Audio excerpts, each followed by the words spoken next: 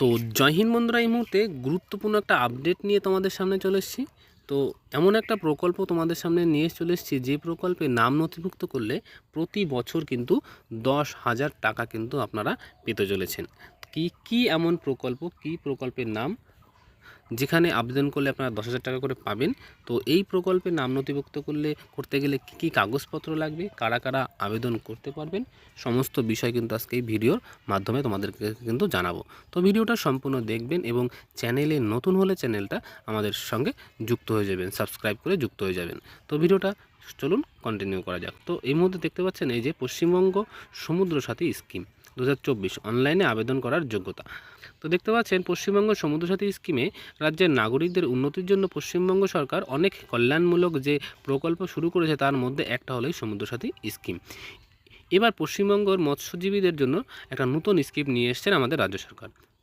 পশ্চিমবঙ্গের বাজেটে 24-25 যে বাজেট, সেখানে তিনি এই প্রকল্পের বিষয় কিন্তু উপস্থাপন করেছেন, যেখানে লিখেছেন যে এখানে কিন্তু বলা হয়েছে, অর্থমন্ত্রী বলেছেন যে সমুদ্র সাথী স্কিম নামে একটি নতুন কল্যাণমূলক প্রকল্পের ঘোষণা করেছেন এবং এই প্রকল্পে বছরে 2 মাস 5,000 কিন্তু 10,000 টাকা কিন্তু টোটাল কিন্তু বছরে দেবেন।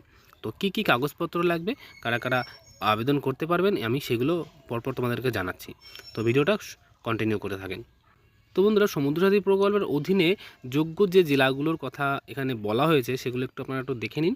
দেখতে পাচ্ছেন যে পূর্ব মেদিনীপুর, উত্তর 24 পরগনা এবং দক্ষিণ 24 পরগনা, প্রধানত এই 3টে জেলাকে ধরা হয়েছে। তবে এই 3টে জেলায় যে হবে তা না, এছাড়াও যারা এই মৎস্যজীবী অর্থাৎ মৎস্য চাষের সাথে যারা যুক্ত আছে, তাদের কাছে যদি এই কাগজপত্রগুলো থাকে, তারাও কিন্তু এই ফর্ম ফিল আপটা করতে পারবেন। তো কি ডকুমেন্টস লাগবে সেটাও একবার আপনাদের কাছে জানিয়ে দিচ্ছি, একটু দেখে নিন।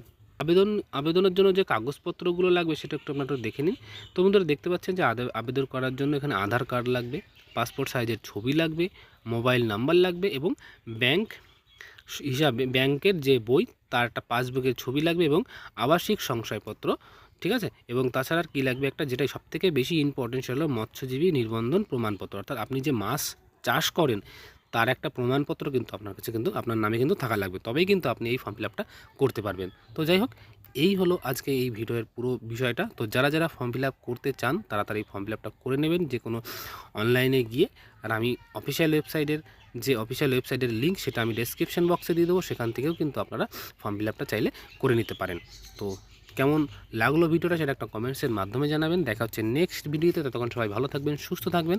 জয় হিন্দ, জয় ভারত।